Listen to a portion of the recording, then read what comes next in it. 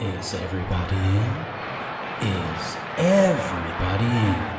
The show is about to begin.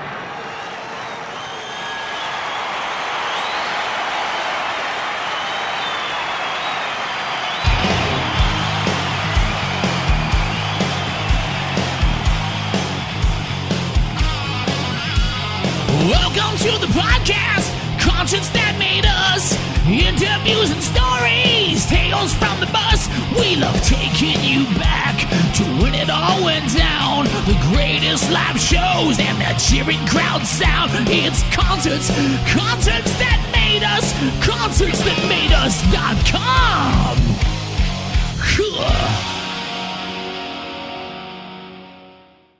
Mark Daly, you're very welcome to Concerts That Made Us. Thank you very much for having me. Really appreciate it. It's great. It's great. The only thing, though, I find it weird that you had to go all the way to America to be interviewed on an Irish podcast. Yes, it's a bit crazy, but yeah, at least we're doing it now. Exactly. That's it. Now, you're currently out there conquering America. You're on a 3-week US tour with Mr. Big, including some headline tours. Tell us a bit about it.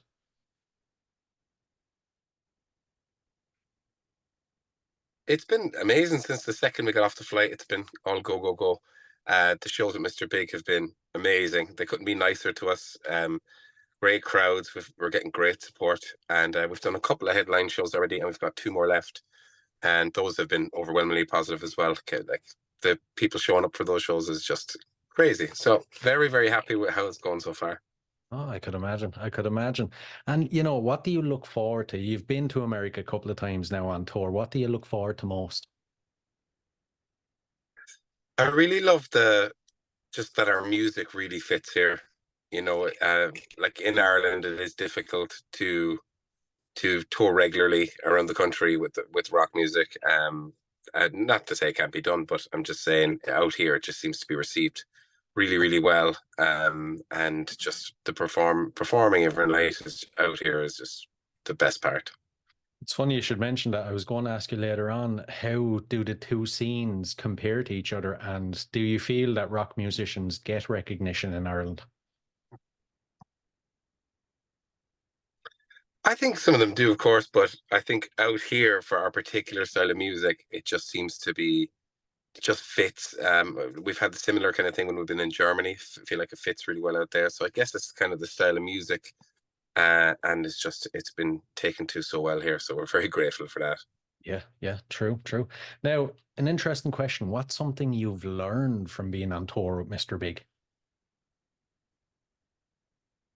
They are ultimate professionals. You can see that they're in the dressing room. They're constantly warming up. They're so focused on the show, and I love learning and watching from bands that have been on the road for so long and seeing how they work it. So I'm always like open to learning from the pros.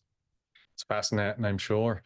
And on the 2nd of February, then, you released I Wanna Be More. It's off your upcoming album, The Devil's Arms. Tell us more about the track and what we can expect from the album. So so that's the first track. We wanted to go with something fun and energetic on the first track, especially because we knew it was coming out while we were on the road. So we wanted this upbeat kind of energetic rock song to show the first track off the record. But the Devil's Arms record has a lot of different emotions and vibes going on. There's some deep, dark stuff, some heavy stuff, and and a couple of singles that will be, kind of like I Want to Be More of that commercial kind of rock sound that we wanted to make catchy, want to make fun. And then there's 2 tracks on it called Brighter Days, New Lie, that are really dark and deep. So it's nice to have a nice mixture between the two. Yeah. You've mentioned that you feel like your writing has matured since the last time. How was it? Did you approach it differently? How has it matured, do you think? I think before I used to kind of write in riddles and fear of being exposed to what I'm talking about, or, always trying to like take the attention off myself in the song. And with this record, and lately I've just been, as you get older, you care less, don't you? I'm just True. like, I'm just going to write about real life situations, real life relationships, real life, goings on. and I feel like the songs are just more honest and human because of that. Yeah, yeah. Now it was produced by Bryan Virtue. He's worked with the likes of Audio Slave, Jane's Addiction, 30 Seconds to Mars. What's it like working with someone like that? Can you kind of take some of the pressure off and just relax a bit when you know you're in such good hands? It is a nice feeling because, like, when we heard Brian was coming on board for the record, we were, first of all, we're absolutely thrilled. So many bands that we're influenced and listened to, and the fact that he was coming in. But I just felt that kind of safety. I was like, I knew it was going to be strong production. And when he walked into the studio and we met him straight away, we clicked, and he got the very best out of us for sure. And I have to ask, how are the songs going down live? Really, really well. Surprising, like not surprisingly well, because we did add in the Brighter Days track that I was telling you about, which is kind of a darker, kind of slower one. And the boys in the band were just like, we have to play it live. Let's give it a go. And we've changed the set list quite a few times since we've arrived. And we got it maybe show 4. We put in Brighter Days, and we've ended up putting in half the new album into the set when originally it was only going to be like 2 tracks off the record. And we just thought, why not? And we have the album exclusively for sale just on tour, so you can only pick it up at a show, and the full album's not out until the summer. So it's kind of a different approach, and the fact we're playing so many songs off it live. I joke with the audience and I say every night, like, don't you dare leak this new music, because we'd hate to get well known out here. It'd be awful if people started listening to our music. So I've been kind of joking with that every night, and we're just enjoying it so much, playing all the new songs. Yeah, I'd say so. I'd say so. What's your downtime like? Are you getting any downtime? I know on your a couple of days off, you were shooting music videos, photo shoots. It's been nonstop. Yesterday was our first like proper day off where we'd nothing on since we got here, and I like that though on tour. Just the more that's planned, the better, and it makes being away from home. I think the days off when you're away from your kids and stuff, it's really hard because you're thinking about home and the kids. But I like to be full of like a work schedule and it flies by. We're shooting 2 music videos now today, and then back with the New York City show tomorrow. So there's always something happening, which is great. Yeah, yeah, true, true. I'm intrigued now. When you come back home, what's it like? Because you know what Irish people are like. They're like, oh, here's your man from tour in America. He's a big shot now. What's it actually like? It's nice. Like my local, like I live out in the countryside a bit, so all the locals are really supportive and nice, and they're all looking for the stories of the tour, and it's great support there. But I don't really, we don't really perform in Ireland. Maybe once a year we play a couple of we play maybe Cork, Dublin, Belfast once a year. Right, right. Interesting, interesting. It's almost like you can have an alter ego, then your normal Mark at home, just, everyday normal guy. And then in Yeah, other countries, you're the rock star. it's funny because I get home from tour and then I'm like, right, I'm just gonna be like, my wife would be laughing. I'd be out cutting the grass and like doing like all these things, and she was like, "Oh, here we go. This will last for about 3 weeks." And that's exactly. And after 3 weeks, and I was like, "Okay, I need to go back on the road because." Yeah, but it's lovely to come home and just like hang out with the kids and have that like free time after tour of downtime. And then I work in my studio at home writing. Then as soon as like the few days of being home wears off. The itch starts. Now, the podcast is called Yeah, Concerts That Made exactly. Us. Yeah, yeah. The podcast is called Concerts That Made Us. So I have to ask you, as a concert goer, what concerts have made you, do you think? I've been to, I suppose, so many in recent years. It's been so hard to get them because it's like when you're performing yourself, it's so hard to get out to shows. But I remember when I was younger, going to a few Counting Crow shows and really, really like getting into like listening to Adam Duritz lyrics and being like, I want to songwrite like that. I want to be able to like write like ridiculously deep lyrics and honest lyrics. So I have to say, Counting Crows was a big live concert for me that something clicked. Yeah, yeah. I suppose when you look at the songwriting and your songwriting, it does kind of, you can see the progression, all right. Yeah. Yeah. And, Are you able to switch off when you go to a gig these days? As you said, it's hard to get to them. Are you able to kind of switch off and just enjoy the show, or are you standing there kind of critical? No, I do think I can just switch off and enjoy it. To go with the lads in the band now, the guitarist and the like and the drummer, they'd be listening out for everything. But I feel I've figured I'm always listening for the lyrics. And yeah, I can switch off at gigs and just enjoy them. Good to hear. Good to hear. Now, the moment we're all waiting for any listeners that haven't caught one of your shows, what are they like? Give us the full experience if you can.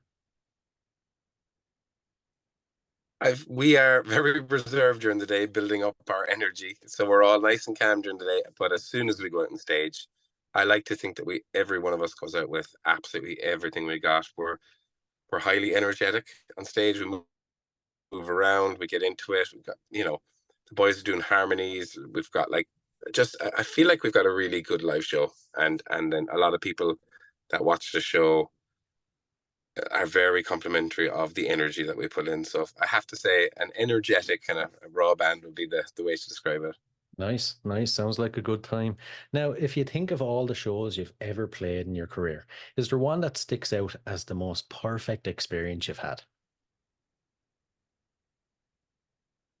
I feel like every night in the US just gets better. I feel like the last US show that we did was probably our best because like I said earlier about figuring out the set list and getting it just right.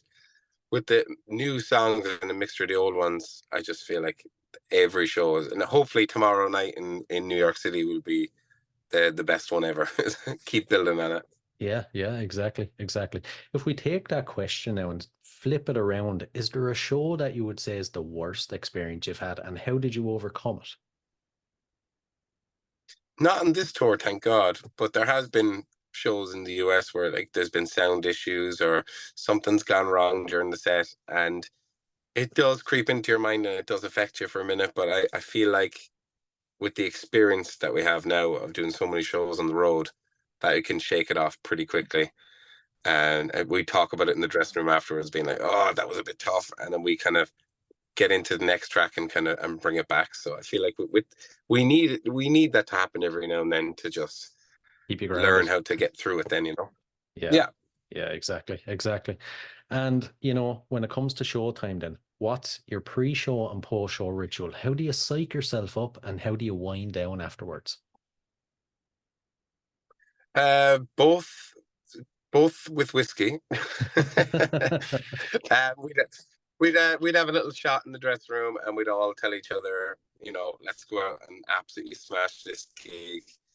And after, we're not a big headline band yet, so after the show, we're just packing down gear, and I'm running out to the merchandise booth. So the pre-show ritual is basically a quick drink and a quick pep talk, and get psyched up and go out there with all the energy we got. I like it. I like it. Now, before we dive into the last couple of questions, so future plans. When is the album out? More gigs, more tours?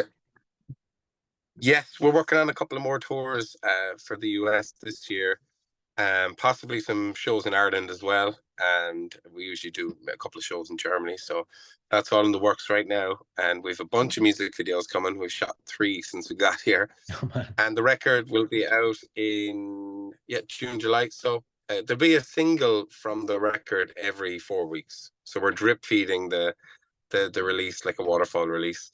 So the next one will be out next month in March, and then April, May, and then the record will be coming then shortly after that. So it's nice to have something constantly happening.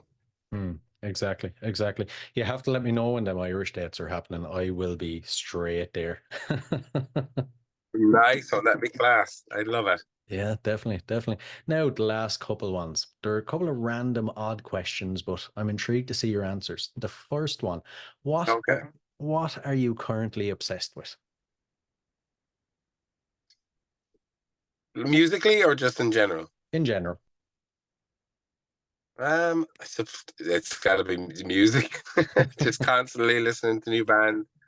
And yeah, and my obsession off tour is kind of taking my son fishing and going for walks with my kids, my daughter, and my wife and stuff. So a nice balance between the two.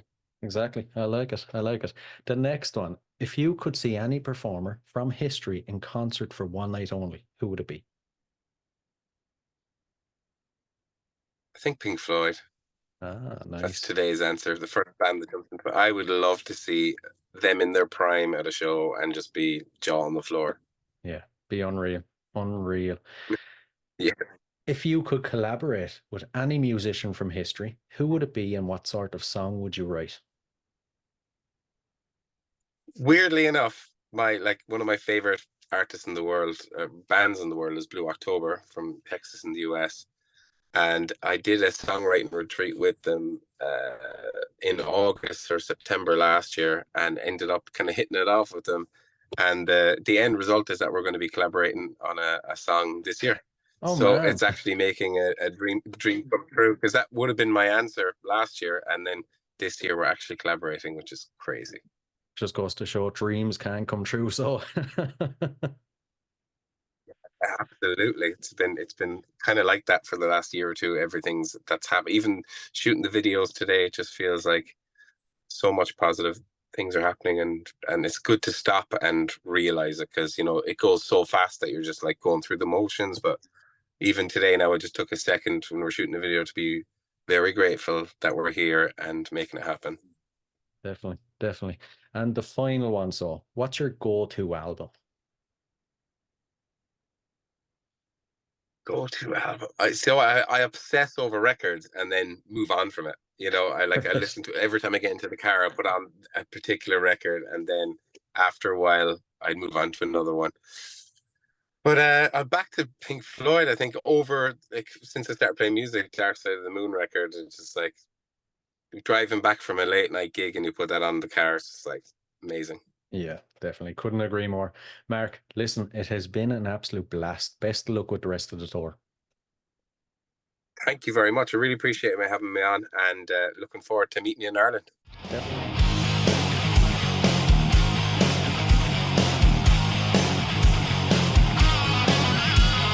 Welcome to the podcast, concerts that made us, interviews and stories, tales from the bus.